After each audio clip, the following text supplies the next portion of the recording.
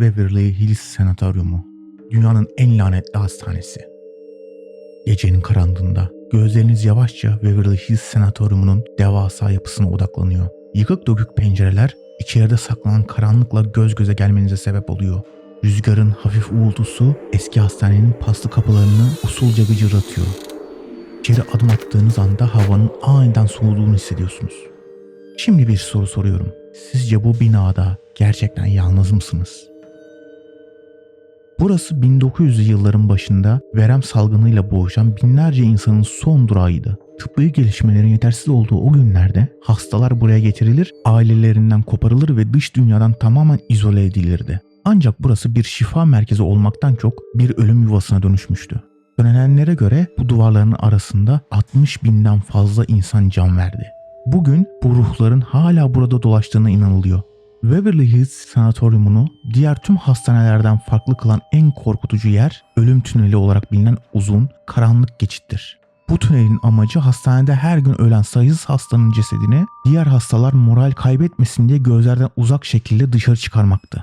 Ancak burada sadece bedenler değil ruhlar da sıkışıp kaldı. Paranormal araştırmacılar bu tünelde açıklanamayan fısıltılar duyduklarını, soğuk bir elin omuzlarına dokunduğunu hissettiklerini söylüyor. Kameralarla yapılan çekimlerde tünelin derinliklerinde aniden kaybolan gölgeler ve kimsenin olmadığı koridorlardan gelen ayak sesleri tespit edildi. Sizce burada gerçekten neler yaşanıyor? Hastanenin belki de en ürkütücü odası 502 numaralı oda.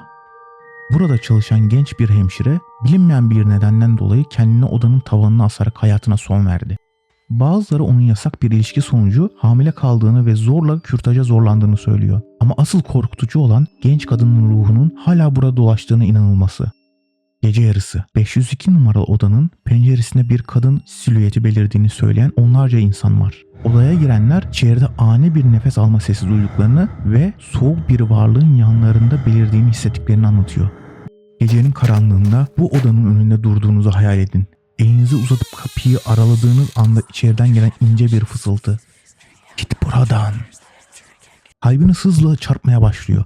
Ama cesaretinizi toplayıp içeri adım attığınızda odanın köşesinde, karanlığın içinde bir gölge hareket ediyor mu? Yoksa sadece göz yanılması mı? Bu hastanenin karanlık koridorlarında dolaşan isimsiz ruhların olduğu söyleniyor. Yıllar boyunca buraya gelen ziyaretçiler ve paranormal araştırmacılar görünmeyen varlıkların kendilerini takip ettiğini hissettiklerini anlatıyor. Bir gece kameralarla çekim yapan bir ekip koridorun sonunda beliren beyaz elbiseli bir kadın figürü gördüğünü kaydetti. Figür birkaç saniye donuk bir şekilde durdu ve ardından aniden gözden kayboldu. Bir başka araştırmacı 3. katta aniden kapanan bir kapıyı filme aldı. Ancak içeride kimse yoktu. Hastanenin en eski hastalarından biri olduğu söylenen küçük bir çocuğun ruhunun da hala bu koridorlarda dolaştığına inanılıyor. Ziyaretçiler gece yarısı çocuk kahkahaları ve bir top sesi duyduklarını söylüyor. Ancak ne kadar aransa da top oynayan bir çocuk hiçbir zaman bulunamıyor. Beverly Hills Sanatoryumu paranormal olayları araştıran onlarca ekibin incelediği bir yer haline geldi. Kimileri burayı korkunç bir enerjiye sahip lanetli bir yer olarak tanımlarken bazıları bunun tamamen hayal gücünün bir ürünü olduğunu söylüyor. Peki sizce bu hastanede gerçekten ruhlar var mı? Yoksa korkularımız bize oyun mu oynuyor? Şimdi size bir soru. Gece yarısı elinize sadece bir el feneriyle Beverly Hills'in koridorlarına tek başınıza yürüyebilir miydiniz? Yorumlarda düşüncelerinizi paylaşmayı unutmayın.